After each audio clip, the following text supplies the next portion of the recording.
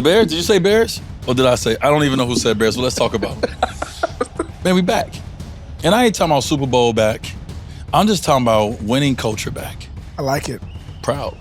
I'm a proud Chicagoan from afar. I'm recognizing the greatness of my children right now. And what I mean by that is that, like, there's a saying that goes, when you're with your kids from that age, from 10 to 15, it's the time you're going to spend the most time with them and their growth outside of their whole life. Well, Steph Curry's? Yes. And that ending with an Armour. Did you see that coming? No, I wasn't paying attention. I wasn't looking for it to come. True. I think it's cool. I don't think every relationship is meant to go to the finish line. You know, all of them are meant to get out of it what is meant to get out of that. You know, however long your season lasts. Right. Theirs lasted 13 years, and they did some incredible things with the Curry brand, with the underrated. And obviously, Steph changed the sneaker game for a while, and especially in the beginning when it came to the kids. LeBron Jordan debate. I do have a new answer of the way I'm going to start answering this question. When people ask me, I'm going to say,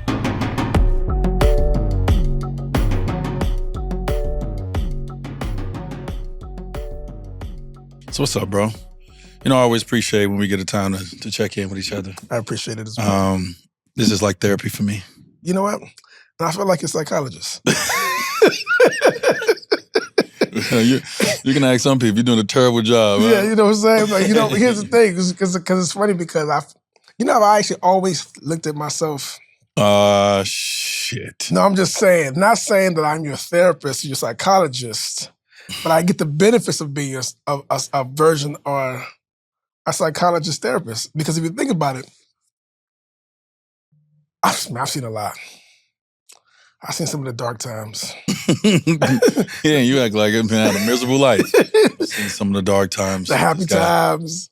And you know, I feel like I should be on the couch and you should be on the brother, chair. I'm telling you. We're doing a check-in. You my therapist now? Listen, if we can go back and get the tapes, there's some times there's some stuff that we got. But no. But I do think just I think it's therapeutic to talk to a brother. Just on some it definitely is. It's therapeutic. It is. We had a moment the other day, about a week and a half ago. And it was a fellas' night, and we just sat down. We ate and drank a little bit for a couple hours. And what I told you the next day. How much we needed that dump, in a sense. Like, you need that. You need to come in and listen to the conversations of other men, things that they're going through, they're dealing with, they're experiencing. You need a chance to dump what you are experiencing, going through, see the commonality in it all, see the difference in it all. Yeah, that fellowship is really, really important. It's great. Sure. Yeah. And it's funny because before that moment, I didn't know how much I needed it until I got home and I was like, that was good. No, I was like, that was really good. Like, mind you, it was not nothing, we didn't figure out, Newton's law or anything like that, or the reason of gravity. It was just a cool moment to just, like you said, dump and just have fellowship and just moments, just without judgment, because yeah, it's needed. It's one of those conversations or one of those nights where you get home and a significant other of some sort will ask, "Hey, what did you guys talk about?" And you can't really explain it. Because one, certain things you can't talk about. Facts. Because we talk about things that's just on the man side of things. Correct. And then two, well, I got so much from it. It's what I needed. It was a dump. And they're like, okay, but what did you dump? What did you need? You're like, I can't tell you, but just know that I got what I needed. You know what I'm saying? I watched a meme the other day. And these guys were talking about like their fellowship or whatever. And the guy, which we probably need to start doing, where the guy said, we have a moment where we say, all right, I need one fact about you. Let's go. One fact that I could take back. So one thing I could take back from the tablet. One fact fellowship. I could take back. So I like that. I think we may start incorporating that so that I think we go around the table and do a one fact of something that's going on in someone's life because we don't get a chance to get together when you're talking about get together between 6 to 10 guys, not 2 here, 3 here, but like when you get a chance to get a group together, but even going around saying, all right, let's go around, let's get a fact of each individual here so it's something that we can have as a conversation piece. And also too, I think that helps us just have more conversations that are a little bit more impactful and meaningful. Facts. Sometimes we so surface level with it because we just trying to get something off our chests, and it be a little surface level sometimes, but we need that. We do.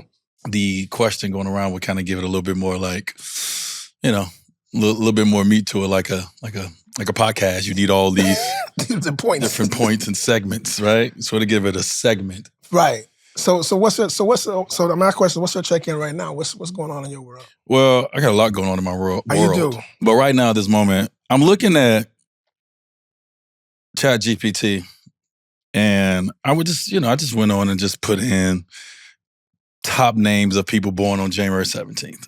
I just feel like I am born on one of the most goated days in the world. Okay. People that obviously I don't know, I'm sure, but people that we all know. I feel like out of everyone that we all know, I think January 17th is the most goated day. So I thought I'd pull up some names. Okay. In the midst of pulling up names, you can get your feelings hurt. You got your feelings hurt? No, you could. Okay. My ego right now is not in a big place. So, but the first thing that comes up is Benjamin Franklin. Damn. Great name. Pretty good name. Pretty good name from all the information that we know about Benjamin. We never met him, but from what we heard, hey, he did done some things. Muhammad Ali. Ooh. Damn, 2 for 2 already. Strong. Well, then his next one gonna be really strong. Michelle Obama. Dang. Boy, you bet 1,000. Yeah, we goated. Right This is just 3. We goated. Then it goes Betty White. Jim Carrey. Who we just talked about. I watched Liar Liar this weekend. I haven't watched Liar Liar since I was like 16 years old, bro. I laughed like I was 16 years old again. I know the whole, one of my favorite scenes in there is when he goes into the boardroom and he just, Simmons is old. He should have been out the game years ago. He can't go home because he hates his wife. You see him at all the Christmas parties. Right. Like just like his comedic timing and everything was incredible. He don't get the flowers up. I feel like he does, but he doesn't get all the flowers that he. Because man, I had my kids watch. I know you'll get to the rest of it, but I had my kids watch Ace Ventura. Incredible.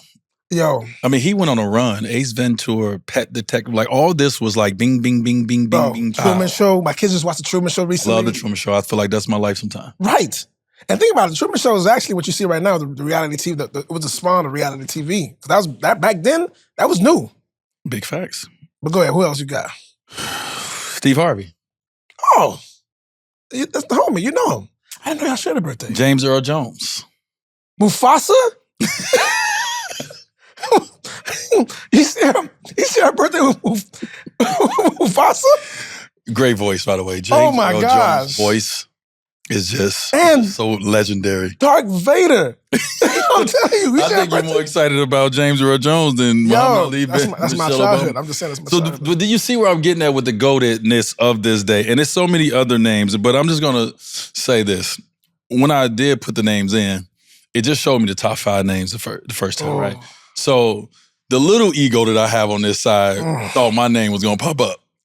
And it didn't. So I was like, let's go with the top 10 names. I understand who it's Benjamin Franklin, Muhammad Ali, and Michelle Obama. Maybe my name still didn't show up. So I was like, well, damn, well, who? Damn. But I did pop up as number 11. Oh, okay. Just outside. Just outside of the top 10. But it's so many other names. I mean, just people you would know. Eartha Kitt, Kid Rock, Ray J, Calvin Harris, Murray. Murray. My birthday. I said Murray. You said no, my bad. Okay. I said Murray. I gotta look at mine. It's a lot of names on here. Anyway, it's just one of the most goated days. Damn, and it's funny. I usually use people who go like in the signs and stuff, and I'll be like, "Yo, who's like the top like Virgos or Aquariuses?" And so Virgos, we run deep. We strong over here. Yeah. Like, especially on the creative side, because you talk about Mike and Beyonce. Like we there's those two right there. I got. Yo, we can. Hey, our birthdays is some name drop. We some name droppers on our birthday. Ain't it? Well, we name drop some shit on our birthday. Yeah. MJ and Beyonce and they're in the same group as I am. I'm just saying. You know what I'm saying? Yeah. Just like Brian and Tiger, they Capricorns. It's cool. You want to go look at my actual birthday real quick. Famous birthdays. Your shit gonna be like dust. It's gonna be a cough like that. Ain't nobody. Keep sweat. Nobody, baby. I'm about to go blow your mind right quick. Watch this. First 5. Give me some. Let me see what you got. Oh, damn, it's thinking for a bit. Hold on. It's thinking for a bit. Chat, don't fail me now. Loading. We're gonna come back to you, I guess. Just come on. Chat, are you seriously considering niggas like chat? Bro, it just may not be no notable names. Notable. Okay, here we go. Damn, we about to go. Damn. Okay. Yeah. So, one of the greatest sprinters of all time? Sprinters? Yeah. Michael Johnson? September 13th. Okay. Then we got, Ronald Dahl, and the Dahl Museum, and all those famous paintings. We twins. I'm not well versed. Oh, no, I got you. I'm a teacher. I got you. Mm-hmm. We got I gotta go research these names, Bob. You stop right there, then. Tyler Perry. Okay. All right. Tyler Perry, good one. Yeah, I ain't got a George Washington. This is the kind of stuff that we do. This kind of stuff I do when I'm at home. I'm like, man, who birthday on the same day as mine? I'm gonna come back to this because I feel like I need to be better. That's all good. I'm just letting you know that January 17th is one of the most goated days. Let's carry on. So my check-in right now is just really, first of all, I'm enjoying the weather that we have right now in LA. Really, because this is a slow down weather. This lets you know that the holiday season is approaching. Yes. Obviously, it's big family time, in the year. Yes. And so I'm enjoying the time, that I'm in, the space that I'm in right now, as I know that this year is coming to an end, and then as we're at the same time you're about to gear up for the next year. So it's that weird time to trying to finish the year out, but also to enjoy what's left, but also planning for what's next. But it's just that weird time in the season, I guess. But it's one of my favorite times. So my check-in, man, is just really just enjoying this space, before we get into, because when the new year start, it's like this sprint that we try to do when the new year start, boom, I got to take off on this year. I don't want to start this year behind. Right. So I'm enjoying kind of the, how when you race, you just kind of you're floating, you're just flowing through now. You just allow your speed to just take you through the line. Right. And so I'm allowing all the work all year just to take me through the finish line, but knowing that I'll be back on the blocks real soon to try to get a good start to the next season. Season. Yeah. Like that. So let's check in, man. What's up?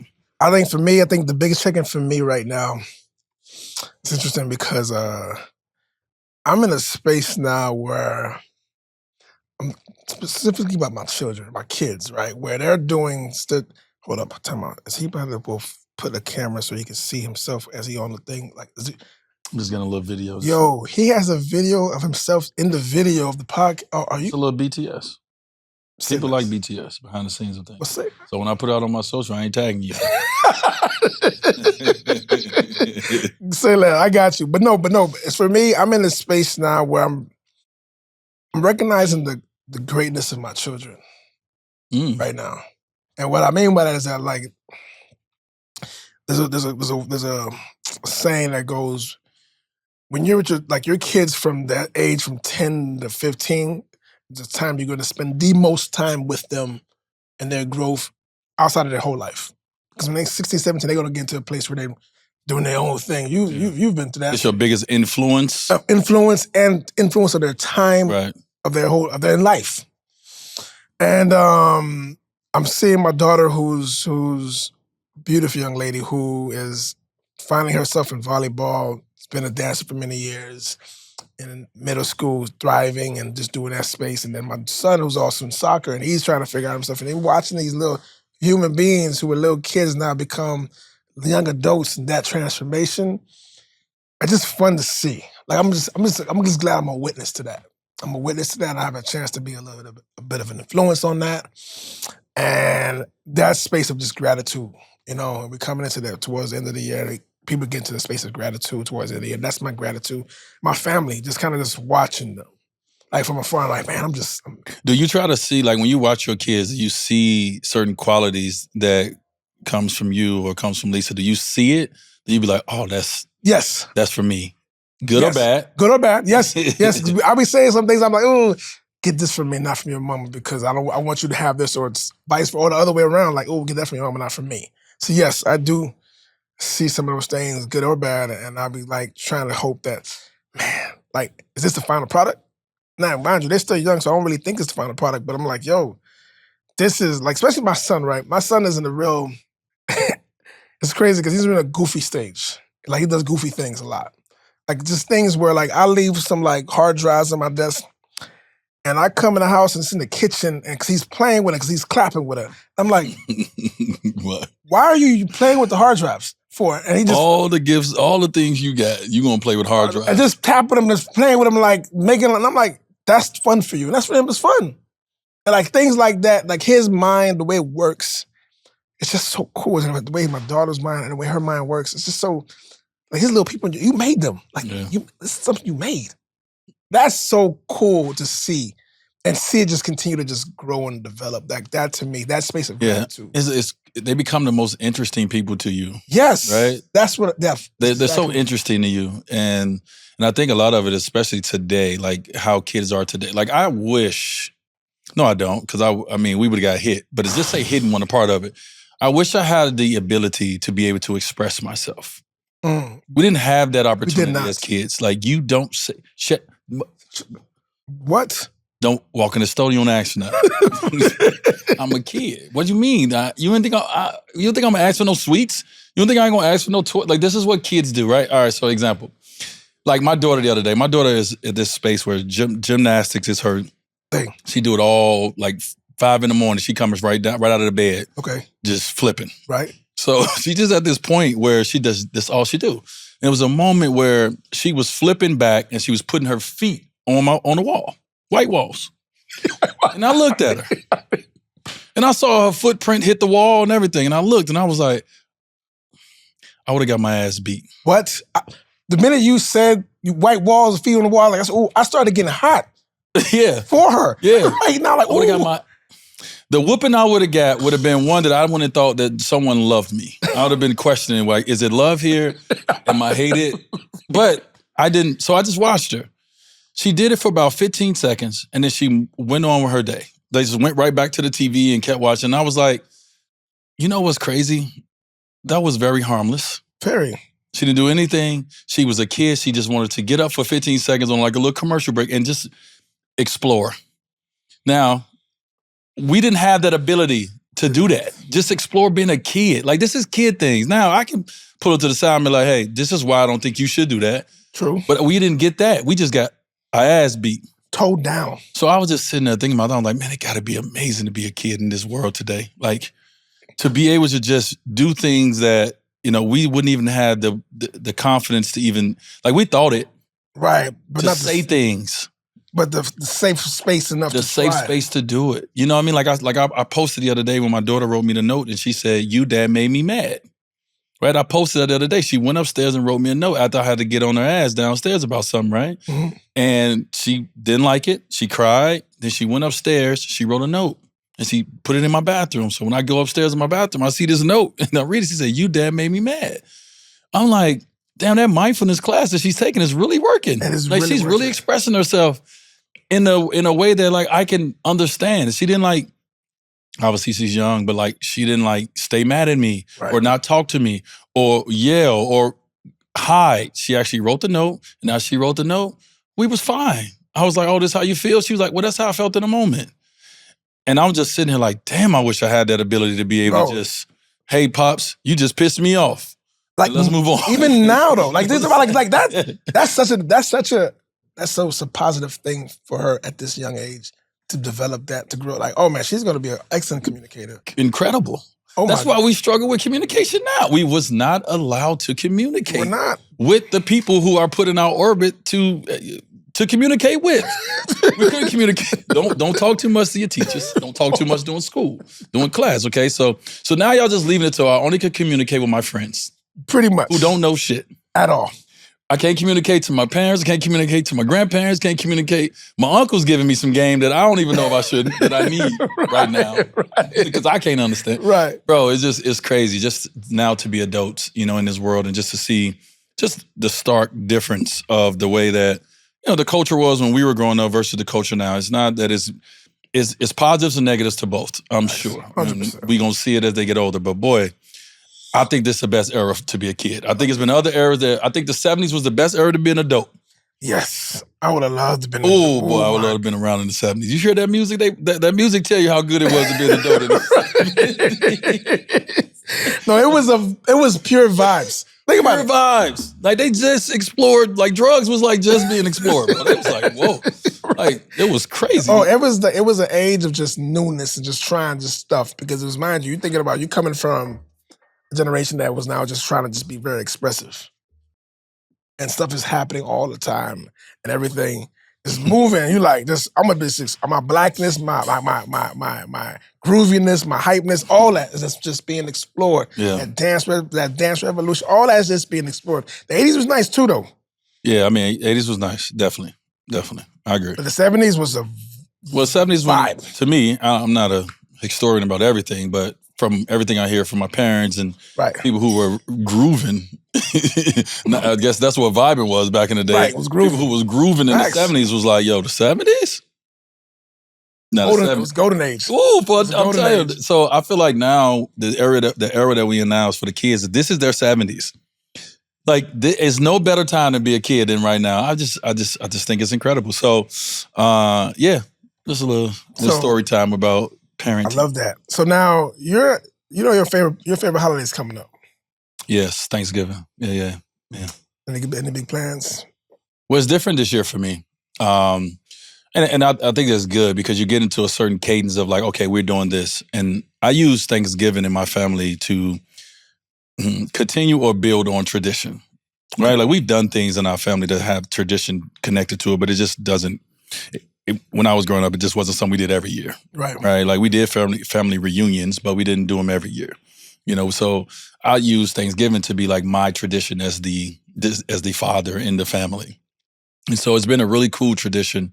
And the biggest thing has been everyone's coming to where I live, whether it was in Miami, whether it's in LA, everyone's coming to my home, and I'm providing this experience for everyone. And so my favorite holiday, one, because it's actually a day on the calendar, as I said before, that it said, hey, today you actually have to be thankful, or you should be. But you know what? Since y'all won't sit y'all ass down, I'm going to put this day on the schedule to sit y'all down and bring y'all together. Right. You bring your family together. Right. So I really love the day, but this year for me and my family, this is going to be a little different. My wife is working in Rome, and she's been out there for a little while. And so, we'll travel a little bit through Thanksgiving this year, which we have not done.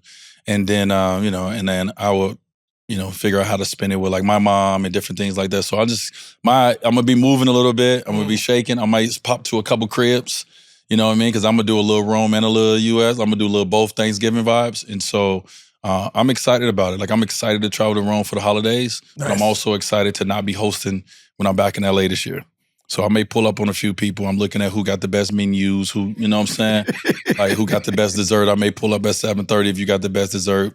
Who got the best starters. I may pull up at 3:30. I don't know. But my mom does something that she's been doing the last few years. It's been like a pre-Thanksgiving, the day before Thanksgiving.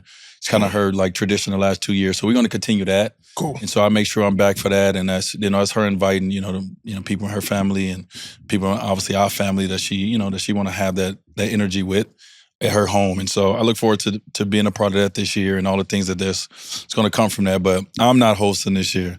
So I'm definitely going to miss not hosting because I love having Thanksgiving at the crib. I love waking up on Thanksgiving morning and knowing that, I got the morning to prepare. I mean, my chefs and everyone's been preparing for the last couple of weeks, but this is the day that everyone's going to come over and the feeling you get, the family atmosphere, the love that you feel, the togetherness, the connection, the bonds.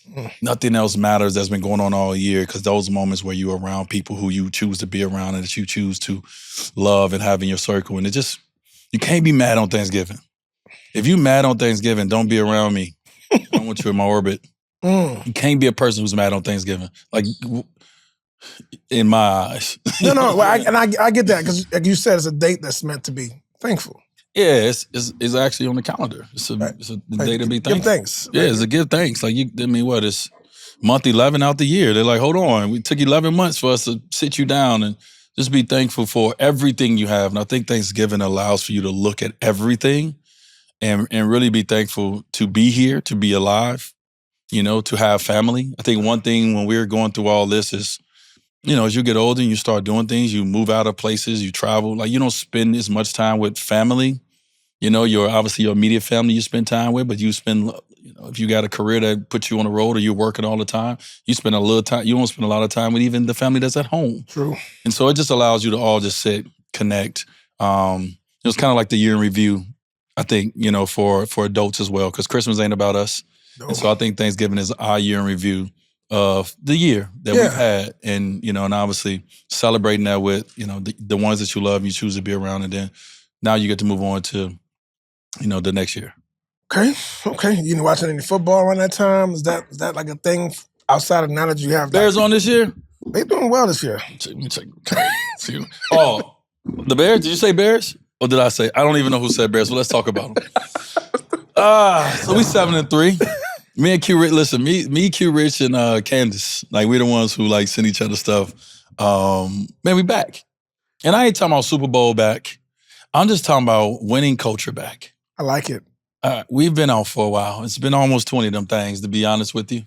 Where we feel that we've had a winning culture. Not like, I don't even know if we had winning seasons, but like, we feel like we're building that. So shout out to, obviously, Ben Johnson and coaching staff. And all the players that's there, man. I'm proud. I'm a proud Chicagoan from afar. This is nice. I ain't gonna lie. It's not like the fact that I'm like looking at this. I'm like, wait, y'all want to get him? That's, you know what? Chicago, that's crazy coming from a Dolphins fan. Ooh. That's crazy that you look at it and say, oh, the Bears want to get, that's crazy coming from a Dolphins fan, by the way. Shout out to Miami. I love y'all. But like, now we talking about football. Yeah, you know what? I can't. You know what? I got to deflect. I have to deflect because my head is a Dwade for a second. There you go. Dolphins colorway, by the way. There you go. I'm just saying. But you see, I had to deflect because my sorrow hurts. I know, bro. I know. What's y'all record right now? 3-4? Y'all 4-7? Something like that? Something like that. Yeah. I mean, once it's 3-4 and 7, you only got to look that up. Yeah, you know what? If you was 6 or 7 wins right now, we'd care. But 3 or 7, 4. I wish they had a lottery for football. Like, you know how, like, in the sense where, like, because the way football works is if your record is the worst record, you got number one pick. Yeah. Where sometimes you might not be that bad, and you're gonna get like a 6-7 pick, 6-7. But like, you're gonna get like a pick that's like in that range, but where I want a chance, like, even if let's say I might not have been that bad, I had some wins and I have a chance with number one pick. Let me get a chance. I would like a chance. I understand what you're saying. I mean, it's... But also, too, let me give you the other side of that. I think it's great. But I've been on the side of we had the worst record in the league. Right. I would have loved to get first pick. I would have loved to know that we're getting the first pick in the draft. Sitting at that lottery and seeing them balls drop and you won't get it, and the team that got a 0.000.1% chance get the first pick, you're hot. You know what I'm saying? Speaking from experience. Yeah. I'm speaking from experience. I'm speaking from being there like, this some bull. Literally, you know what? Bulls. This some bull. Yes, I remember that. I remember that year. Yeah, I'm sure, look at the Utah Jazz this year, man. Very disappointed, right? And not the 5th pick. Great pick. Got a young player that can be really, really good in the league. But wanted the number one pick. Terrible. We've had the worst record or top 3 worst record the last 4 years or something like that, right? Or 3 years. We would love to just know we get a number one pick so we can plan around it. You know what? We planned around it and got the 5th pick, and so we had to change some things. You know what I'm saying? And I guess you speaking from a position of management, I get that, and that's complete. You know what? I never thought of it like that. That makes a lot of sense. As a fan, I don't want to have the worst record, and like I want some wins at some points of the game. Like give me some. Like, I don't want to have a whole year where I'm 0-9, 0-12, and I'm like, well, right. And you're not getting a chance to not get better, but like. Certain markets won't get a chance to go out in free agency. Right. Certain teams don't have the caps, don't have the space that other teams have. You won't have the money to go out and really spend big. I guess a lot of things that you don't have the ability to have. So if I do at least have the worst record, I should know I'm getting at least a pick. You know what? Top pick. You may have changed my mind on that a little bit. You may have changed, because you know what? You're right, because if I have the worst record, I want to make sure I'm good on the back end. I mean, and the tough part about it is this, like, You have to be bad, and sometimes you have to do things to be bad, right? Even though you may be bad, but you might need to be 3 games worse bad to get the first pick, right? So you gotta what they call it. I don't. What's tanking? the word? Okay, I ain't want to say it. Oh, so I got you. They call it tanking. I don't know. I've never been in the meetings where tanking goes on. Right. But I think that's the part of it that has the branding is bigger than anything. Is the tanking part of it is the biggest brand when it comes to teams losing. But some teams are just not set up yet to be able to win. Or you don't want to be in this middle ground where you like ain't winning, but you ain't losing. Like, who wants to stay there? We've been there. I've been there for a long time with the Dolphins in the sense of we were right there. But you're right, I guess.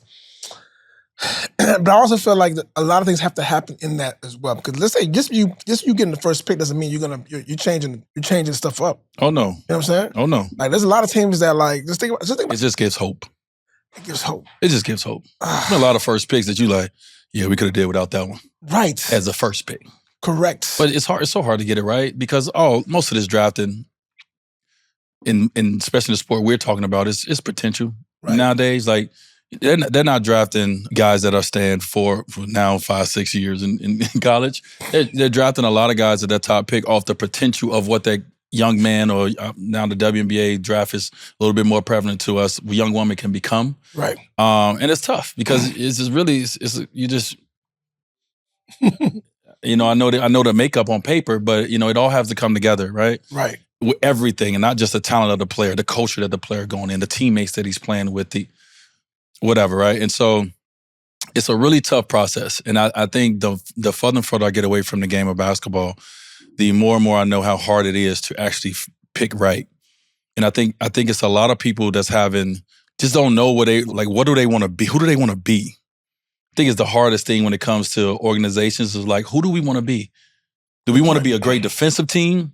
Or do we want to be a great offensive team? Do we want to be a team that goes out and gets stars? Or do we want to be a team that go out and get guys that's high character? Like, what do we want? That has to be established. It has to be established because that's where because if you're a team that's like, oh, I'm gonna go out and get these stars. Right.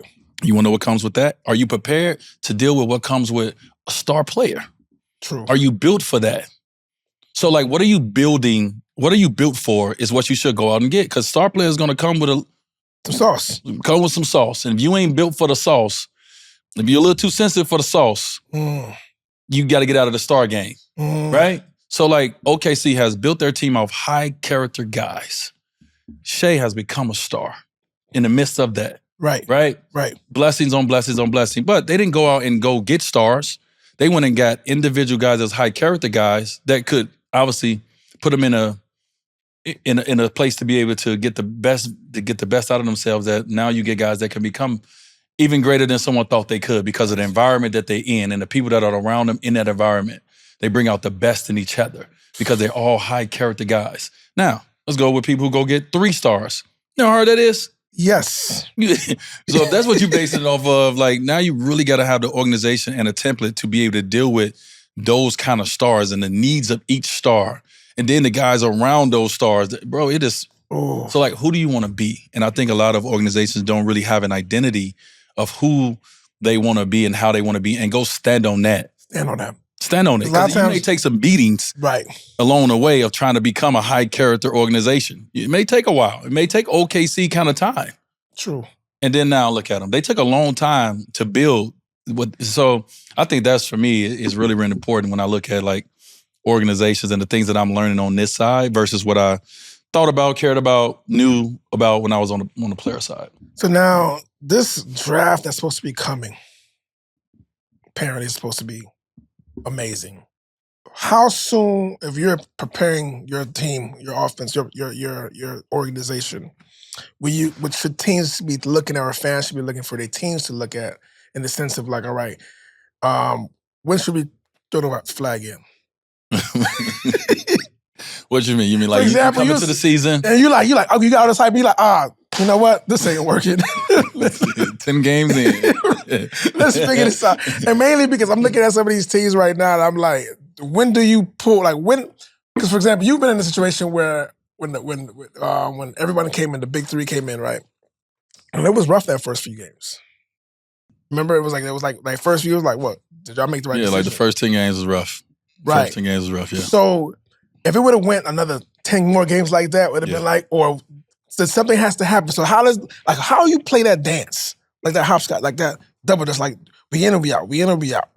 How do you look at that? How should a fan look at it? Like, be patient. Just be patient. It's gonna work out. Yeah. Or that's the person that's sitting in that seat. You know what I mean? Like, you think about the person who has to make those decisions, and are you a part of an organization that's patient, or are you part of a win now organization? Like, it just depends. Like, it's not one way to cut this. You get some people who have the time and the space. Like, Coach Spo ain't getting fired. We've been knowing this since he sat in that seat. Right. For the most part. I'm sure it was a little rocky time where the fans were like, we want Pat. It was like, no, y'all don't. We don't. Love Pat. We ain't want him at that time. You know what I'm saying? But like, fans had a different version at some point because we didn't get out to the star that they wanted. But inside the organization, we knew Pat let us know Spo ain't going nowhere. So he had time to figure it out, right? Some people don't have that time. That clock has started. As soon as they shake that hand and get that job, the clock has started. And so it really depends on the organization and, what you're willing to do. I think being a part of the coaching search in Utah, getting a chance to be a part of the interview process with all the coaches that came in. I think I was a part of probably like the final 6 coaches, even though it was so many that along the way that Danny and Jay-Z and Ryan and all them guys was a part of. And being a part of that process was really cool. But also, too, like, it was a lot of young coaches that was on that list, whether it was Kevin Young or whether it was Will Hardy, Joe Mazzulla, like all these young guys that's in their 30s and their first opportunity to be a head coach. Well, if you bringing those guys in and you're bringing them into an organization that is rebuilding, rebranding, repositioning themselves, they need time. Because if not, this is a waste of, you can look at it like, it's a good experience for those guys, but you can't bring those guys in and give them 3 years with an organization that is trying to find a new identity. You know what I mean? Like, you need at least 7. No, you do. You need at least 7. No, you do. You do. So if you're not willing to do that, then you're doing everyone a disjustice by bringing a guy in for 1 year and thinking they're just gonna get it right. And you gotta, unless you in a win now situation, and you supposed to be that guy and you can't do it. I need at least 2 years though. I think 1 year is tough. I need at least 2 years for someone to really find a true voice and true identity. So then if you look at it as a team, like, let's say I'm looking at the Pacers. So the Pacers? Pacers, right. The Pacers made it to the finals. Did they thing. But then now you look at how they started off. And they didn't start off the way you expect them to start off. You're like, well, mind you, they got, the man got hurt. Yeah. And they lost some pieces, but you expect them to at least be contending or being somewhere up there. I didn't. Oh, you did not? They lost Tyrese Halliburton. Okay. Once again, people put some respect on Tyrese Halliburton's name. Of what all he means for the organization. Yeah, so it just one player missing could change everything, and ultimately, it's probably more than one. Other guys get injured, other guys miss time, but that main guy that really gets that, you're seeing it now how important a player like that is. That's why he has a signature shoe. That's why he's a max player because he's that important. His impact goes beyond the stat sheet. Right. I think you're seeing that right now. And so I personally, I expect the Pacers to struggle this year after they lost him. Got it. Yeah, especially after going through that entire year. And you lose in the finals. Now you get a little time to prepare. And now you got to try to find some people to substitute that position, which is one of the most important positions in our game, is the person who have the ball in their hand that's making the decisions for your team. And that's just hard to do. You know what I mean? On the fly. When ain't nobody trying to help you do it. And nobody like, hold on, here, I got him. Right. So I expected them to struggle, especially to start this year off. Now, it doesn't mean that they're going to continue to struggle like this all year.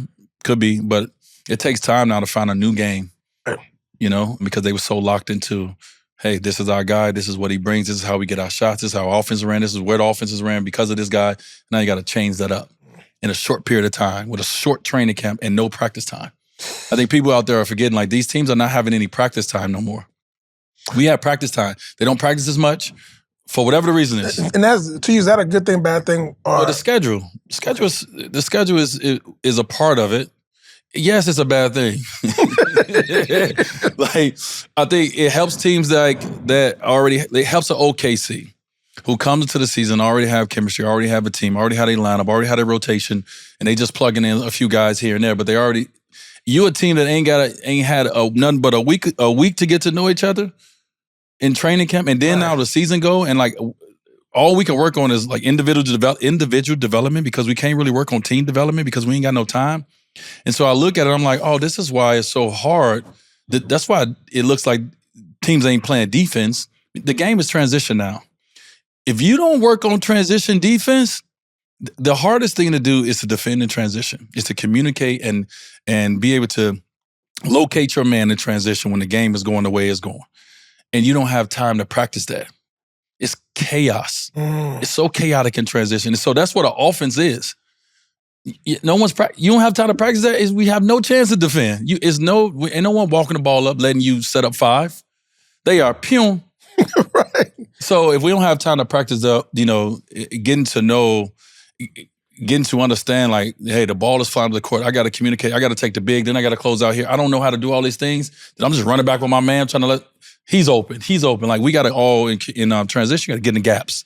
Right. You got to get back in gaps. You got to talk. If we're not practicing it, we don't have that. So we're just doing stuff that's gonna keep us off the film. Let me just get to my man. Make sure he don't score. We ain't worried about the other guys. And so when I see the game, I'm like, oh, they don't have no practice time.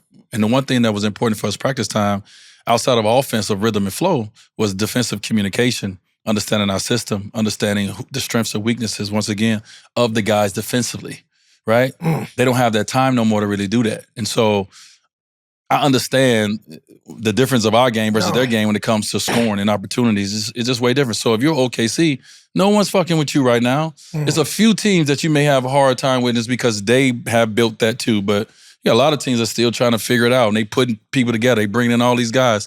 They don't have no chemistry. They don't have no continuity. They don't have no connection. They can't, and they ain't gonna have no practice time. Yo. It's over now.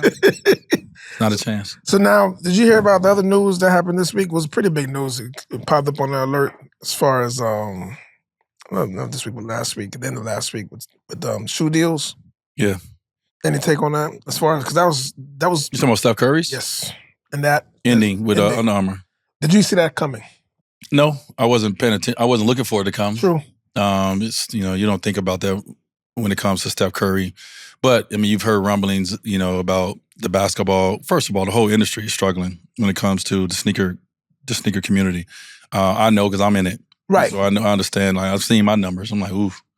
You know what I'm saying? So the whole industry is struggling, and there's a lot of different reasons why. But no, you don't think about that when you think about one of the greatest players to play. And he's been with Under Armour for 13 years. That the deal can come to an end, but it did, and it has. And so I think it's cool, though. I think it's cool. I don't think every relationship is meant to go to the finish line. I think all of them are meant to get out of it what is meant to get out of that. However long your season lasts. Right. Theirs lasted 13 years, and they did some incredible things with the Curry brand, with the underrated. And obviously, Steph changed the sneaker game for a while, and especially in the beginning when it came to the kids. Like when Steph first hit the scene with them Under Armours, all the kids was wearing them. Everybody. Yes. You know what I'm saying? That's all the kids wanted. And so he's been very impactful in the culture of sneakers. And so now, as he's 37 years old, Steph got obviously a few more years to play this game of basketball. It's going to be cool to see, like, who is going to tell the Steph Curry story. And the sneaker brands helps tell your story. True that. They help continue to tell the legacy of your basketball career. True. Right? And they let you in on other parts. So who is Steph Curry going to allow to tell that story? I know who I would want to do that as a fan, but it's going to be cool to see who he picked. I like that. Yeah, so, man, it's all good. Like, it ended. Yeah, and it was surprising, I think, for a lot of people, but also, too, if you understand where the industry at, maybe not as surprising, in the inside with a lot of people, because it's industry is struggling right now, for sure. Yeah. Now, as far as the cup, if you watch that, I saw you post the other day, I'm going to post this straight to me, as far as watching the cup games. It's been exciting for you? The Inseason Cup Games? NBA Cup? Yep. Emirates NBA Cup? Emirates NBA Cup. Emirates NBA Cup, everybody. I like it, man. I've been on record. I've been saying, I think it's certain things the NBA has done that really, has proven to be good for the generation we in now. And there's been a couple things like All-Star that we just haven't figured out yet. Right. But the in-season cup, I like it from a standpoint of it gives you a moment in the middle of the season to compete for something. Right. And it gives teams that are maybe not in a position to win a championship, but it gives them an opportunity to learn how to win together. At this period of time, they may get hot, right? They may, obviously have favorable matchups in these cup games. Or it's a lot of things that you can learn from the process of leading to Vegas when it comes to these games. Because when you walk into one of these cup games, the court right away changes the energy of the game. Facts. It's like when you get a new pair of sneakers. Facts. I don't care. If I get a new colorway, facts. It's a new game, baby. Right.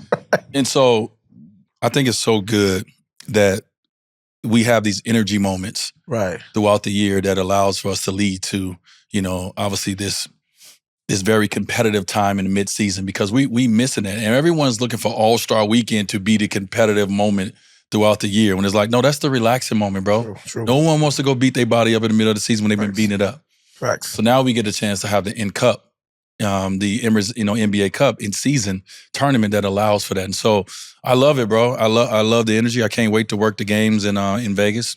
Being a part of the broadcast is going to be really cool. So I just been watching the teams compete, and like I said, when I turn on the TV and I see, I don't know, a lime green court. Bro, it's just like, I'm like, all right, this is a cup game. Right. And the game and the intensity in those games, you can see it. It means more than just a regular game on a Tuesday or a Friday. It means a little bit more when you walking in. You plan for something, right? Not just a game to win or lose. You actually plan for something to get you to a place where you can hold that trophy. We all want to hold trophies up.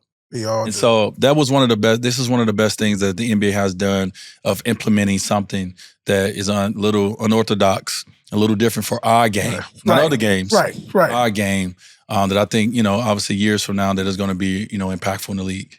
So I have a random question, only because I have this conspiracy group chat that we do. Do you think we landed on the moon in the 60s when that how it happened? Do you think it was fake? What you think? I'm going to tell you what I think. You already know. No, I want to hear what you brought up the question. I need time to think. I just know this. To go out to my house, I'm on the phone. Your service dropped. They called the moon on a landline in the 60s. I literally just called, bring, and they picked up. How? How, Sway? Tell me, how? That right there. If you go through the canyons, your phone dropping. This is 2025. You're talking about 45, however long ago. What you think happened? Man, they did that in Burbank. You did it on the soundstage? Yes, man. I'm standing on business on that. You standing on business. So, all right, so Wilt Chamberlain didn't score 100, and now we didn't go to the moon. You already know I have a 10-4 hat. I'm just telling you. Yeah, it's tough. It's tough, man, because you don't want to erase everything that you was told was true. But we start getting more information nowadays. You that feels a little impossible. It's giving that didn't happen. Bruh. So I don't know, bro. I don't want to be that guy, but you have no other choice but to be that guy. You have no other choice but to question something when so much information is brought to you. All right. I'm gonna list. Yes, yeah. They have this picture, right, of the shoe print. Let's say the shoe print look like. I'm gonna tell you the equivalent. I'm gonna make the equivalent because it's for those who don't know. Let's say there's a Nike shoe. It's not a Nike shoe, but let's say it's a Nike shoe. But on the moon is a Reebok logo on the thing, and you're like this. No, see, but it's not. It's. I know this is a shoe, but this is the shoe print here because something happened. Why nobody can explain that? The shoe prints are different. I did see that. Wasn't it a tagline about it being a giant step for men? What was the... Yeah, one small step for man, one giant step for mankind, something like that. Serious saying with giants over there? They even used it. Bro. Yeah, we know too much. Hey, y'all, we know. You know what? I just feel like we're at a space now where they were hiding everything from us, and then now they just And in today's news, it just... you remember when aliens was a big conversation that was going on. This just dropped it casually. Boop, boop. Oh yeah, aliens exist. The fuck? What? We made a whole TV show, X-Files. Yeah, bro. It's insane. It's insane. I don't know what to believe. I don't know what to believe. I'm not saying it's going to change how I live life if I believe it or not, to be honest with you. I'm from the inner city of Chicago. Everything was told to me anyway. I didn't see much. So I'm just going off of what y'all told me. But ultimately, it's crazy. Very. No, it's crazy. And like, I'm like, ooh, we finding this out now, boy. And what's going to happen in the next 10, 20? Because everything's recorded right now. Like literally everything is being recorded, which is why we're looking at, wait, hold up. Because people start thinking about the fact like, hey, why we've been to the moon back in the 60s, why haven't we gone back? Like, why it takes so long to get back? Yo, we found a piece of land somewhere, we developed the hell out of it. So you telling me we're not gonna develop the moon? Like we gonna go to the moon and don't just try to put a condo over there? Do you believe in magic? Oh, I do believe in magic. Okay. Why? Okay, now, you know what? Let me ask you this. When you say magic, like how? What do you mean by magic? Exactly. Let's make it a definition. Voila, magic. Then Something that doesn't exist now exists. Poof. Do you believe in poof? Poof. Okay. Okay. Do I believe in poof? Like something out of nothing. Disappearing or is here? Do you believe in? You know what? Oh, that's a good one. Because now I'm wondering if I should stand on it. Because I feel like my instincts would tell me yes, I should believe in magic. Why? Why is your instinct telling you should believe? I'm not saying I don't or do it. This is or something, a version of what we might think. Oof. I'm gonna say yes. I'm gonna say yes only because I feel like there's so many things that we just can't explain. Okay. And I know the non-conspiracy theorists will say science can justify all of it. But I don't know. I don't know that. I don't know. All right. I don't know. Another question. Do you believe in call now for your free tarot reading? Do you believe in Cleo? Do you believe in psychics? Do you believe in someone who sees and feels and yes, that I do. I feel like there's some people that are more in tune with the universe in general. Not saying like they have superpowers or anything like that, but I feel like there are people that are more in tune than other people. Now, to what degree? And like if Cleo was really like a person, and I know Cleo wasn't real, so to speak, but if there are people like that in real life, I do believe that, yes. That there are more people that are more in tuned to something else outside of what we can see. So you believe that someone who you've never met, that don't know nothing about you, can actually tell you things about you, you yourself, and about your life. If you're allowed, yes, I feel like there's people that have that ability to a degree that do exist in this world. Okay. Yes, 100%. Okay. Again, I might. No. Listen. I do. It's a lot of things that like you believe it, and then once they take the curtain and they open it up, and then they giving us the making of. Now we don't believe it. That's all I'm saying. It's like we believe something until they show us how something is done and how it's made, and you like, oh, I don't believe it anymore. Like I don't believe. Like it's funny because it broke my heart when I found out wrestling was fake. At what age? It was. You want a grown adult. I wasn't a grown adult. But it took me till I think teenage years that I found out wrestling was fake. Okay, but people still watch it like it ain't. Right. And mind you, I still sometimes like this, man, this is what I do. I'll say the wrestling I used to watch was a fake. Wrestling y'all watch is fake. Because you gotta think about, I'm talking about from Dusty Rhodes, Ric Flair, and All Bloody, and they just doing like, Randy Macho, Rick Savage, all of them. You remember when Karl Malone and Dennis Rodman? Yes. The wrestling. I probably should have realized then it was fake. Mainly because I'm like, yo, come on. But yes, that broke my heart. But my dad, he made me realize real early, like he took Christmas from me early. He hit you with the Santa? And he told me, you gonna believe in Santa? My dad was cold-blooded. So you don't believe in this? Like, we may have some kids tuning in, and you listen to your mama. We may lose some parents, viewers right now. Listen to your parents. But I'm gonna tell you what my parents did to me. My parents did me wrong.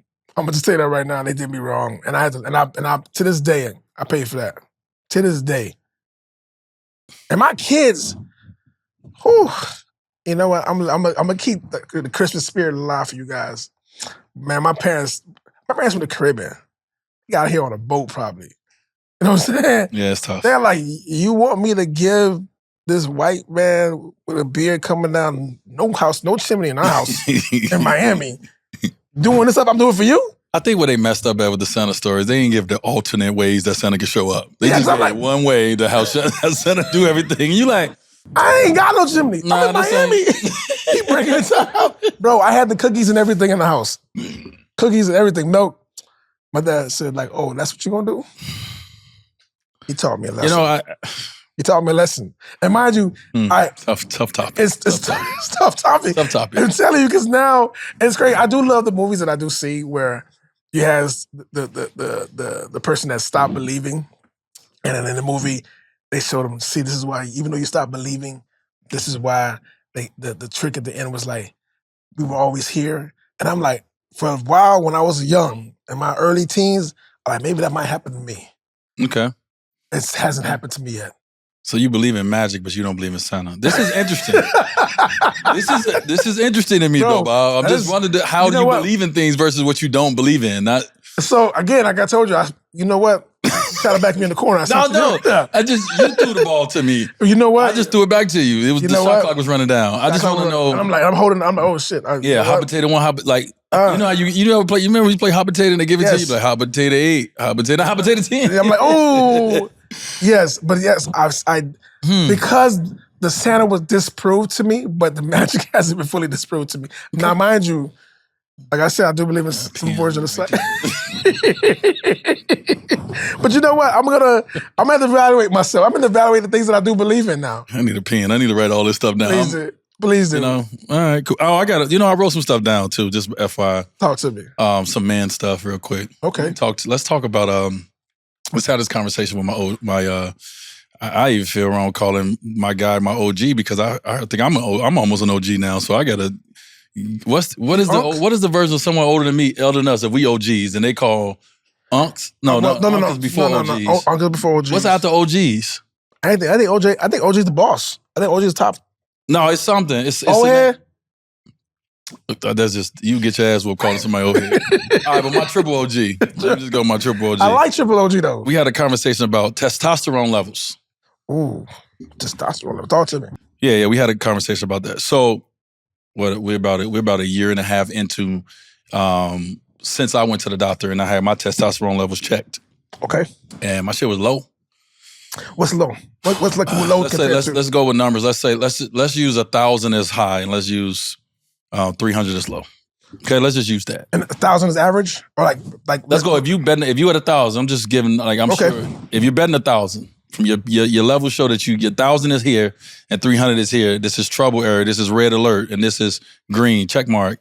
I was like 5.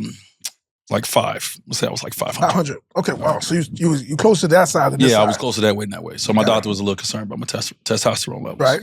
So anyway, I'm in the supplement game now because I wasn't really into supplements when I was playing, and now I'm learning more. So I was like, all right, cool. I'm starting taking testosterone supplements, and also in the midst of that, I got to cut out these things that are getting in the way of I got to cut out all my sugar intake. I got to cut out all these things that's getting in the way of my testosterone that's hurting my levels. Gotcha.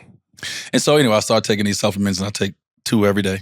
And then I went to the doctor recently, got blood tests and all that, and I had got my results back, and my shit was high. I was back up. I was on my way. I got it. I was at about that 892, right? Ooh, so I just even hearing the information, but I start walking around with a different level of energy. Like my energy level went higher, and I don't know if that's how I should feel. Before the call? I mean, before the test, or was you? It was before the test. I started feeling my energy levels. Okay, but afterwards, it was crazy. But anyway, I bring that up to say, I had a conversation with one of my triple OGs who was having an energy level kind of feel.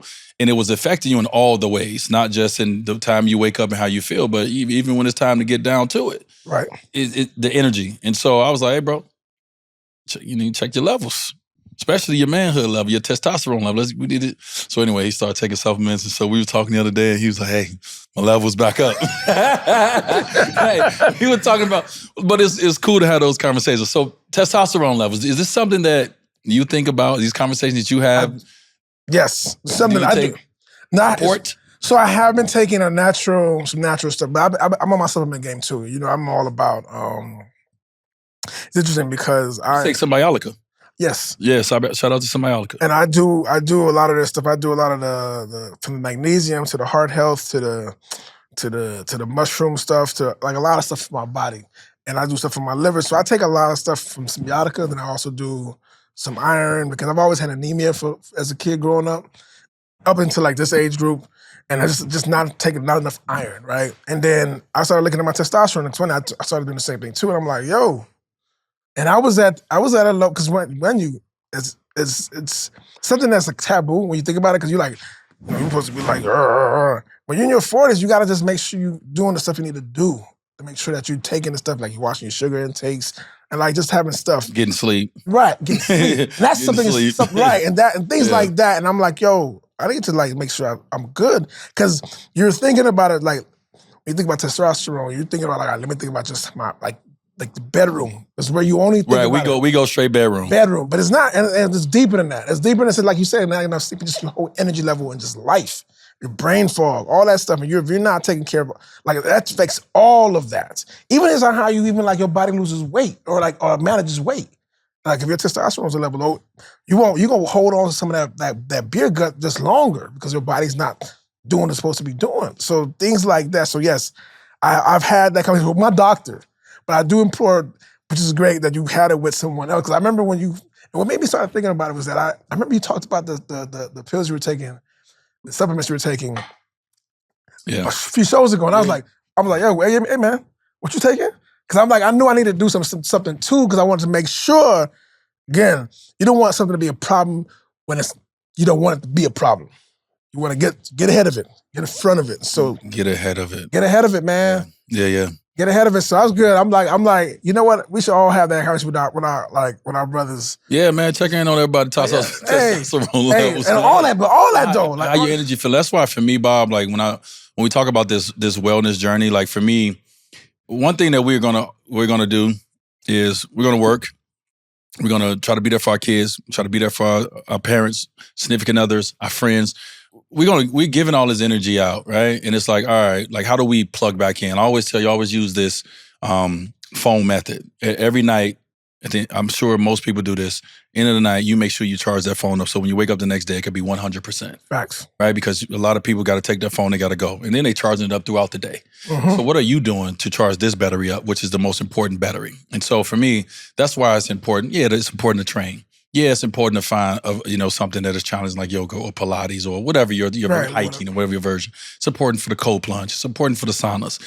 These are all things. So yes, this is health, things that can help you in the health space, but it can also help you in the energy level, space. It helps you in the clarity space for your mind. Yep. So like all these things that you need. That's why I feel like it's so important that we all are charging our batteries through all these things. Whether it's therapy is not used to say, hey, I'm fixed and I'm the greatest in the world. No, this is another ability to be able to charge something up by using some form of therapy. Great point. To help you charge something up. Whether it's the confidence to be able to sit down and share something with someone that you didn't think you would share, right? It gives me an extra boost and extra energy because I got over that hurdle. Yeah. So whatever it is for me, I look at all these things as things that I need to recharge that battery. And also too, as we go throughout this day, just like I'm gonna put this phone back on charge again before the day over because I'm using it. Right. How am I gonna find something else throughout this day to charge this battery of mine? Right. And so, that's when we talk about testosterone levels, we talk about energy levels. I'm just talking about like making sure that battery stay charged. And there's so many different forms of wellness out here to help you get that. And I'm so glad to be in the space where like it's so accessible and available and the conversations are happening about all the wellness opportunities. Like my whole life now is I'm building wellness in every aspect of my life.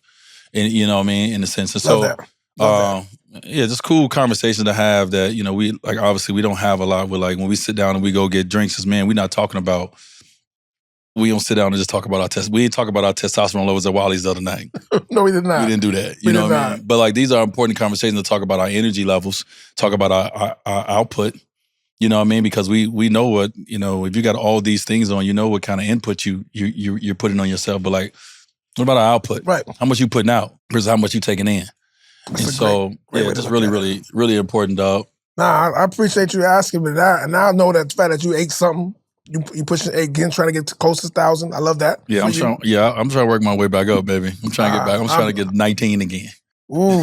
in my energy levels. Yes. But I did feel it, and it affects you. It affects how you move. It affects how you think, what you want to do, how you want to do it, all these things. And so, like, that's why it's and I talk about it a lot. And I post something the other day. I try to post things and like help show people a little bit of the journey. But like, it's so important for me to have these conversations with listeners and viewers and other men.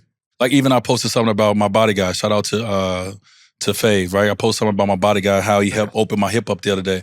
I had so many people DM me like, yo, can he fix backs? Can he fix necks? Because we all are getting to this age where we all are looking for something to help us be that 1% better and helping us feel better and whatever that is. But these are all things that affects or doesn't affect your energy, your levels. All of it. So, yeah, man. Full-time job. So it's funny because the sleep part, people understand how much sleep, the lack of sleep, or like, I remember it's funny, even just looking at how we used to be like Team No Sleep and all that stuff, and that, mind you, that was an era. That was an era. It was a youthful era. Right, it was youth era. But now I am Team Need All My Sleep. Because it's one of those things where I've noticed that the more I sleep, the better it is for me as far as just a baseline when I wake up. And like this morning, I'm using the sleep detector on my ring, and I had 7 hours, I had 7+ hours, and I was like at 82%. And I was so excited. I was like, yes. Because the last few nights, I was lower. I wasn't like in a 5, and I knew that was gonna affect everything else. And so I've been real like just conscious of like, let me get as much sleep as I can, let me still do my supplements, because I knew that was just all just stacking. Like Chris says, stacking days. I'm stacking moments. Stacking just bettering myself. Because it's one of those things, man, if you stop, you lose it, you stop using it, you lose it kind of a thing. Mm-hmm. I'm trying to make sure I don't stop. Well, that's what we were talking about working out and stuff, right? That once you're in it, stay in it as long as you can. Because if you stop, you're going to lose that. Facts. Right? So it's the same mentality for sure. Yeah, man. All right, I got another question for you. Go ahead, talk to me. I'm old school too. I write on anything. Old school people just write on anything, boy. You envelopes? What? Give me what? Boy, don't have a pen. Write on your hand. You know what I mean? Tell me about it. I put emotional intelligence. Let's talk about emotional intelligence as men. Is this something that do not get enough conversation about the importance of your emotional intelligence? Yes. I think, and you're asking me if we don't talk about it enough. We don't talk about it enough. We do not talk about it enough. We do not. I think most things, I think with men, we kind of like, you mentioned it a second ago, where sometimes we just want to just having a conversation, and the surface is just enough. Because you just want at least some kind of conversation. So the surface is good enough, that's good enough for me. But getting to that point where you get a little deeper with brother, family, whoever, I feel like that's a level of, it's interesting because I think it's a fear sometimes as far as like you don't want to get emotional, like as a man, at least from men, we don't want to get emotional or show too much emotions. That's just natural. Like you meant to like hold it in, keep it in, suck it up, all those kind of things. But just having some sort of emotional intelligence and just understanding like my emotions, like even like how like the temperature of what, if I wake up in a good mood or not in a good mood, like these kinds of things, and the people that I'm around, being very conscious of that. Yeah. Like being very conscious and aware of that. Yeah. Because a lot of times people they're only thinking about like what they can see with their own selves and what they see in the mirror, but not reading the room. You know what I'm saying? And I think that skill is not utilized a lot. We're not trying to like activate it a lot. And I think that's something that as men specifically, we need to work on as a whole. I agree. I think we're in this space right now in the world where modern masculinity is conversation. The modern man, what does it mean? And I think for me, where I feel that the emotional intelligence is found found in an uncomfortable place. Because to have emotional intelligence, for me, you got to have growth. Right? Where growth lies, hardship is hard. Right. It's hard to grow because you got to shed something, you got to lose something, right? And so I feel that emotional intelligence is found in vulnerability. Mm-hmm. That's where it's hard for us as men to be vulnerable with each other, with how we're positioned in the world. Mm-hmm. No one wants to see a vulnerable man, right? That's what we think. Right. But to be able to get to the level of intelligence where you can have conversations, where you could be open to, obviously learning more about emotional intelligence, having these conversations, and you have to be vulnerable in those spaces to do that because you have to be open. Right. You're not open in being hard, right? But like that's what we have to be because that's the makeup of man. Like we supposed to be hard, and so I feel like for me, like I'm tapping into that growth stage of emotional intelligence because I've been okay the last few years of allowing myself to be in vulnerable spaces with people, in which I did not allow. I did not allow that at all, in my 20s or 30s because I could not be emotionally weak. Right. I couldn't show any emotional weakness, and that allowed me not to be emotionally intelligent because I'm only on one side. Right. Only way I can be intelligent if I know it all. Right. If I know both sides. Try to absorb everything, right. If you absorb everything. And so for me, I feel like we're in a space now where as the definition goes as a modern man, then you can now be a little bit more comfortable having these conversations and not be taken a certain way, depending on what room you're in and who you're having the conversations with. And so I just think that's one thing that I think it's an important topic for men is that has never been before is the idea that we can actually have a conversation about our emotions and what emotional intelligence is and what it means and stuff that I don't feel like we can ever have that conversation before. Right. And so I just thought that was a good point as men is like, okay, what kind of conversation we're having and what things should we talk about more? And I think emotional intelligence is something that for me is I'm trying to evolve into and I'm trying to grow because it's nothing like not growing. It's nothing like not evolving. It's fucking sucks. Hard. It's hard. And us as men, it takes us a while to get to certain places.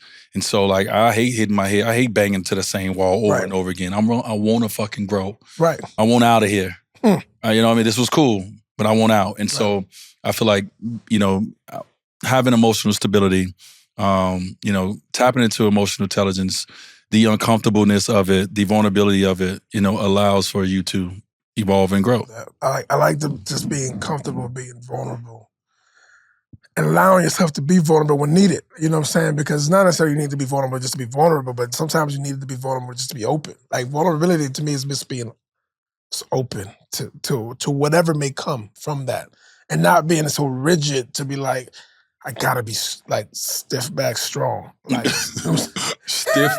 You know what I'm saying? Like, so those are things that I keep thinking about, right? So those are things to think about in the process. What did you say? Stiff back? I did say stiff back strong. So the EQ, right, which is very important. You hear people talk about your IQ, but you don't hear a lot of people talk about your EQ, right? The EQ, your emotional intelligence, is the ability to understand, to manage, and to use emotions, your own and other people's, in a smart, effective way. That's the goal, right? I grew up trying to care. I care so much about my IQ. I thought, people gonna judge me if I didn't have a high IQ. Well, I'm judging you if you ain't got a high EQ. I only want to be around people that got a high EQ. As I get older and as I grow into the spaces and the rooms that I'm going into. So, because that's actually when you think about what matters in your day to day more.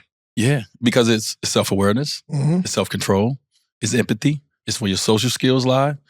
Motivation, like all these. Yeah, that's like what you're dealing with all the time. Especially as a grown ass 40-something-year-old sitting on. Yeah, so EQ, everybody. EQ. I love that. So I'm trying to really grow in my EQ space as I get older. And that's why that question was important for me because it's something that I ask people and I want to know, like, how's my EQ? How's my emotional intelligence? You know what I mean? Like, because I want to grow. Mess with that. Yeah. You got anything else on that yellow? Yeah, I got a lot on here, but here's one thing that I wanted to talk to you about. I want to make sure we cover here, and it's a total departure from where we are. It is something that I'm asked all the time, and I want to just kind of like, I can't say cleared up, but LeBron Jordan debate. LeBron Jordan debate. Okay. I'm asked all the time, just like you, just like so many people. But because I play with LeBron and I play in the NBA and Jordan's my favorite, I'm asked a lot about this GOAT debate. And so I had to sit down and start thinking about this a little bit more because no matter how many times I say an answer, it's always positioned back to me. I love that we talk about this because I got something to say after this, but go ahead. Well, how I'm going to start defining it. Okay. And as I discuss it. Okay. Now, it's no secret about it all. Michael Jordan is my basketball GOAT.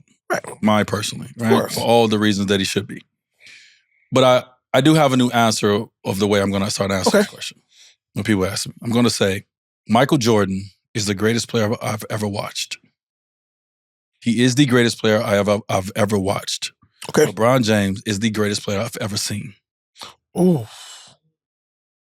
I saw what you just did right there. You feeling me? I felt that. I had to think about this because I've actually... That's good? That was Talk good. to me. That was good. I got this in my notes in my phone for a while. Bro. It clicked to me one night and I was like, I never saw Michael Jordan. I watched Michael Jordan. Yeah. I saw and I've seen LeBron James up close and personal. Close. I played against and I played with. I've never seen, I personally have not seen a greater basketball player, but I've watched a great basketball player. And so to me, it's just a difference. And it's not, the GOAT debate will forever be a debate. It's not going anywhere. But when I'm asked the question, as someone who's played with this man, who's spent time with this man and played against this man, yeah, I've watched Jordan's greatness. I still watch it. I go on YouTube right now. Like I've never seen it before. But I've never seen Jordan's greatness up close. I've actually seen LeBron's. Yo, I am literally getting... Talk to me. Like, bro. Don't like that out there? Yo. Start the conversation. You know what's interesting? Because with the way you just described that, I understood it. Okay. I think that's... Because, mind you, I've been a big... Like, everyone knows where I stand, too. I'm overhead, so I'm always... So I get that. But I understood because now... I feel like you may have changed the way I may answer that question. Because you're right. Because I watched him. I watched Jordan do all the stuff. I watched it. I watched all that stuff that I see. It was great. But you're right. Some people can say saw is watch. Right. Watch versus seen. Let's use that. But you're right because because being in the space that I am now to see it. And which is interesting because I always say like the stuff that I've seen, like this, and just when you think about the fact that he was who he was since he was 16 years old and hasn't stopped. Since the world has known about him and he has not stopped. Has not stopped. Like that in itself, take all the stuff you want to take away from it. That in itself is a feat that I don't think will ever be replicated. Because imagine he also crossed, if you think about it, he crossed the digital space. He went from a place where we weren't doing digital. So now that can't happen again because everything is watched. Now you see everything now. So he was able to cross that and still stay where he's at. But so then I seen everything now. Like I see like everything now with LeBron. And so now you have more to scrutinize. Exactly. He's judged more on what you're able to see because you got more versus goes before him when you didn't know anything. No, all you saw is what they saw on TV. All you saw is their numbers or what their game. Right. So he's been judged about the saying Taco Tuesday, and that's not original. That's not yours. Right. Right. And so the judgment, and that takes away from the conversation of how great he is because you're talking about all these other things that it takes a tally off of him. You're tallying off of this man because of what you experience and exposed to. Now, on the other end, maybe you get more of it because you are experienced to the kind of father he is. You are experienced to the kind of, the leader in community. So you may give him some taps that you ain't give him with someone like that. You'll go different. Go both ways. Right. But I just felt that I wanted to say that because I was asked this question recently and I paused and it wasn't the right platform for me to say this on. I was like, I'm going to say this on my own platform. But I was just like, this is how I view two of the best basketball players I've ever been able to witness with, my own eyes. There's one of them I've been able to actually I've been behind the curtain. One of them I never got behind the curtain. Right. Like I'm like y'all looking at Last Dance like, ooh, he did that? Right. The other one, I know what he did. Right. And so great point. Jordan is the greatest player I've ever watched. LeBron James is the greatest player I've ever seen. Perfect. And that's funny because I think the things you said you saw, like you had a conversation with some podcasts, and I don't want to give it too much credit because some AI got involved in it. And I saw him. Somebody sent it to me, and I was like, "Yo, that's AI. Like it's some BS." It's crazy how what AI could do, like what people are doing with AI now. Yeah, it's scary. Like it is scary. Like it is scary. Yeah, I don't know who's saying what, who doing what, who is you don't know what's real. I don't know what's real. Because I'm like, yo, and somebody said, but the thing is, because I know you, I knew it was real. What? Somebody said? Something they said. You said. I'm sure saying that. No, I don't want to give it credit on here. Oh. But when I saw it, I was like, "Listen, BS." But the thing is, because someone who may not know you, they're gonna be like, they won't know. So it's even a thought that it may even be true. So I was like, But a lot of people in the comments were saying, "Oh, this is fake. This is AI stuff. This is AI stuff." But then I started thinking about the fact that I'm like, yo, the fact that somebody could put something like this together, or even things like this, where you hear comments where someone says you have a safe word with your family, because if someone calls you saying they have some, like a child, like some family member of yours, how do you know if they're not voice spoofing you? That if they so you got to have a safe word that y'all know, kind of a thing. So that's that. I know I'm going off the rails a little bit with that, but like just making sure, like, yo, this AI stuff is crazy. We talk about the ChatGPT stuff and all that stuff. It goes way beyond that. But be very mindful and be very, careful with that kind of stuff. But I think that's a great way to end this, in the sense of like, Jordan might have been the greatest player I met a watch. LeBron might be the greatest player we ever seen. I mean, it's open for conversation. It is definitely open for conversation. I wanted to throw that out there because we all about conversation. And I realize that, as much as we hate to be asked these questions over and over again, they're not going anywhere. And it's okay to have debates, right? Debates are great. I enjoy a great debate. Listen, one of my favorite debates is Joe Biden and Trump. I told you I'm happy to play golf. When Trump and Joe Biden started talking about golf. See if you can do it. When they started talking about golf, I was like, we got serious. We got serious. Trump looked at Biden like, I know your swing. I know your game. I know your swing. I've seen you swing. I know you swing. Bro, I lost it because I play golf, and I know when I walk up and see somebody swing, I can pretty much tell you what your game looking like. You know what I'm saying? So but we love debates. That's why they do it in political debates, sports debates. So these debates is not going anywhere. And so for me, here go a debate conversation. Y'all feeling what I'm talking about? Do y'all think it's a fucking cop-out? Blah, blah, blah. Do you think it only could be one? I don't know why it only could be one of that, but it could be so. We all want more than, I want one different, a variety of cereal, motherfucker. I don't want just one. I want just Frosted Flakes, even though Frosted Flakes is my goat. Or whatever, right? More than Cinnamon Toast Crunch? Huh? More than Cinnamon Toast I'm talking about, see? Like, more than Cinnamon Toast Crunch? Yes. What's with Cinnamon Toast Crunch? And I fuck with Frosted Flakes, but Cinnamon Toast Crunch is... Frosted Flakes is the greatest cereal I had as a kid. See, damn, now. Okay. Okay, all right. Well, we'll leave that out to Yeah, just debates, man. Yeah, we love that.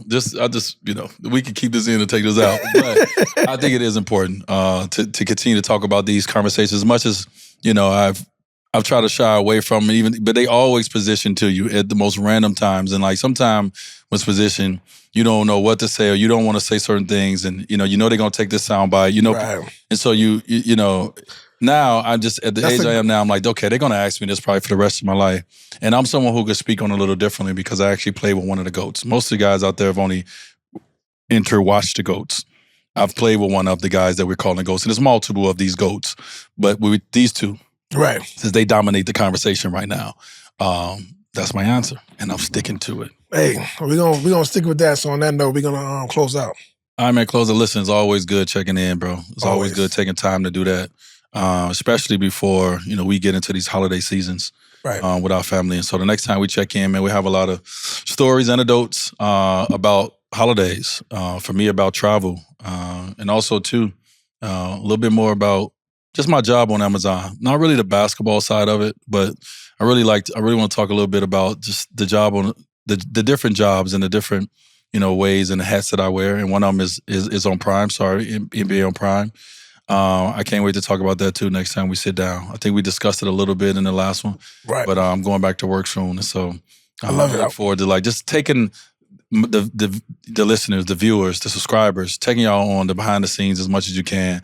For as much as I can about these different verticals that different sandboxes I play in and different verticals that I have in my brand and my business, just to let you guys in on it. So these check-in moments is important, not only just to check in about someone's health or, about someone's family, but also too, just to give you guys just a little variety of, my life. I love it. Yeah. Check in. Let me check out. Checking out.